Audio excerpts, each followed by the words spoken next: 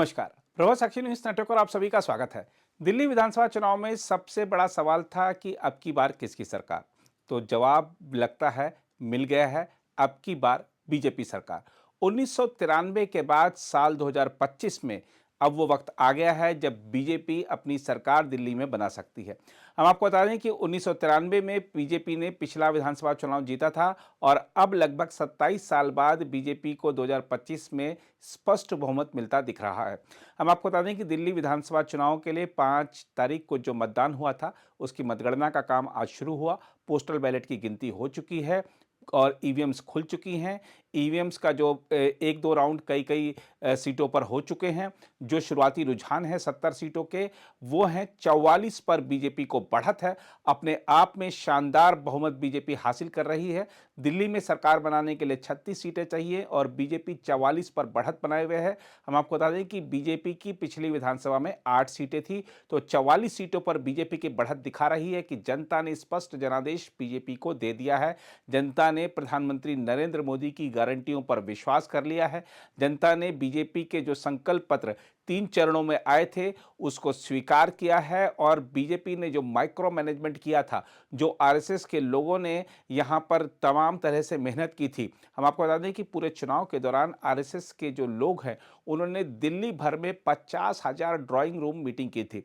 ये जो drawing room meeting होती है, इसमें किसी के घर में जाकर उनके सब परिवार के सदस्यों को वहाँ बिठाकर समझाया जाता है कि दिल्ली के लिए क्या बेहतर है और बीजेपी कैसे शहर के हालात को बदल सकती है और जो अभी समस्याएं हैं उसको कैसे दूर कर सकते हैं। संकल्प पत्र में क्या है, इसके बारे में जनता को बताया जाता है। तो जो जनता कहीं ना कहीं संतुष्ट हुई है। तो बीजेपी ने जो माइक्रो मैनेजमेंट किया, प्रधानमंत्री मोदी ने तमाम उम्मीदवारों के लिए उनके निर्वाचन क्षेत्र की जनता के नाम पत्र लिखा था, वो पत्र लोगों के घर तक पहुंचाए गए और बीजेपी का जो प्रचार था और खासतौर पे अंतिम 10 दिनों में प्रचार में बीजेपी ने जो माहौल बनाया, और माहौल बनाने में बीजेपी एक्सपर्ट है। और खासतौर पर लोकसभा चुनाव में बीजेपी को जो झटका लगा था, उसके बाद से बीजेपी ने, चाहे हरियाणा का चुनाव हो, चाहे महाराष्ट्र का चुनाव हो, चाहे दिल्ली का चुनाव हो, कहीं कोई कोर कसर नहीं छोड़ी। और एक जो प्रधानमंत्री नरेंद्र मोदी के चेहरे पर चुनाव लड़ा और दिखा दिया जनता को कि मोदी की स्वीकार्यता अब भी है। मोदी अब भी सबसे बड़े नेता हैं और मोदी की गारंटियों पर, मोदी के वादों पर जनता विश्वास करती है। तो जो बीजेपी में अब दूसरा सवाल ये देखना होगा कि कौन बनेगा मुख्यमंत्री, क्योंकि कई दावेदार हैं और जिस तरीके से प्रवेश वर्मा जो पूर्व मुख्यमंत्री अरविंद केजरीवाल को हराते हुए नजर आ रहे हैं, तो क्या प्रवेश वर्मा दिल्ली के सीएम बनेंगे? वो हम आपको बता दें कि उनके पिता भी दिल्ली के सीएम रह चुके हैं, साहिब सिंह वर्मा। और लेकिन एक सवाल ये भी है कि जो अभी वर्तमान मुख्यमंत्री हैं आतिशी, उनको हराते हुए दिख रहे हैं बीजेपी के उम्मीदवार रमेश बिधूड़ी, जो कि कालका जी सीट है। तो क्या मुख्यमंत्री को हराने वाले रमेश बिधूड़ी को मुख्यमंत्री पद मिलेगा? तो सवाल कई हैं। और जो विधानसभा में विपक्ष के नेता हैं विजेंद्र गुप्ता, वो रोहिणी से आगे चल रहे हैं, तो क्या वो भी मुख्यमंत्री पद के दावेदार होंगे? क्या उनका नंबर लगेगा? तो ऐसे कई सारे सवाल हैं जिनका बीजेपी को हल खोजना होगा।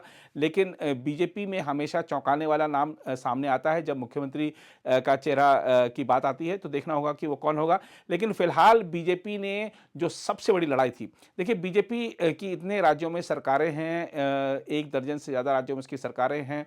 एनडीए शासित राज्यों की बात कर लें तो वो 1.5 दर्जन से ज़्यादा हैं। तो बीजेपी सारे राज्यों में जीत जाती थी, लेकिन दिल्ली में आकर उसको निराशा मिलती थी। पहले 15 साल शीला दीक्षित ने राज किया, उसके बाद 11 साल से आम आदमी पार्टी की सरकार थी। बीजेपी के लिए बार-बार निराशा हाथ लगती थी, लेकिन बीजेपी ने इस बार जिस तरह से चुनाव लड़ा और अरविंद केजरीवाल को उन्हीं मुद्दों पर घेरा, खासतौर पे भ्रष्टाचार के मुद्दे पर, क्योंकि भ्रष्टाचार के खिलाफ लड़ाई का आह्वान करके ही वो राजनीति में आए थे और भ्रष्टाचार के ही वो शिकार हो गए और भ्रष्टाचार की वजह से ही उनको सत्ता से बाहर होना पड़ता दिखाई दे रहा है, ऐसा जो रुझान दर्शा रहे हैं। तो आपको बता दें कि बीजेपी को स्पष्ट बहुमत मिलता नजर आ रहा है। अपने आप में भगवा पार्टी की बहुत बड़ी जीत है और जो दिल्ली का जनता है, ना सिर्फ देश में बल्कि विदेशों में भी जाएगा कि मोदी की स्वीकार्यता, मोदी के साथ जो जनता का जो समर्थन है, वो अब भी प्रबल है। हम आपको बता दें कि जो इस समय की वर्तमान जो इस समय रुझान है, ताज़ा रुझान है एकदम सामने, वो ये है कि 48 पर बीजेपी आगे हो गई है, 21 पर आम आदमी पार्टी और 1 पर कांग्रेस। और आम आदमी पार्टी के शीर्ष नेता, चाहे अरविंद केजरीवाल हों, चाहे आतिशी हों, चाहे मनीष सिसोदिया हों, तीनों चुनाव हार रहे हैं और इसके साथ ही आम आदमी पार्टी जो है वो पूरी तरह से बिखरती हुई नजर आ रही है।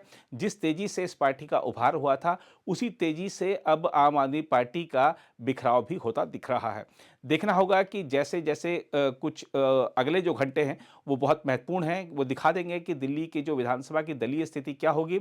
लेकिन एक जो चौंकाने वाला जो अभी परिणाम सामने आ रहा है वो है ओखला सीट।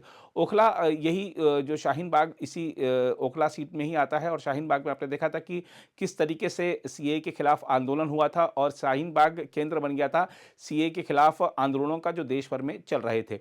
तो ये जो ओखला सीट है, यहाँ से अमानतुल्लाह खान आम आदमी पार्टी के थे, उससे पहले भी ये सीट कांग्रेस के पास रही थी। तो यहाँ पर बीजेपी बढ़त हासिल करती दिख रही है और बीजेपी की जो बढ़त है वो लगभग 8,000 से ज़्यादा वोटों की बढ़त है। तो अपने आप में और खासतौर पर जहाँ पर जिस सीट पर 55% मतदाता मुस्लिम हो, वहाँ पर बीजेपी का बढ़त हासिल करना दिखा रहा है कि आम आदमी पार्टी के खिलाफ कितना नकारात्मक माहौल था और लोगों ने बीजेपी को फर्स्ट चॉइस के रूप में चुना है। और ये जिस तरीके से बीजेपी की लगातार सीटें बढ़ रही हैं, हो सकता है बीजेपी 50 क्रॉस कर जाए। 50 क्रॉस करती है बीजेपी तो बहुत बड़ी शानदार जीत होगी।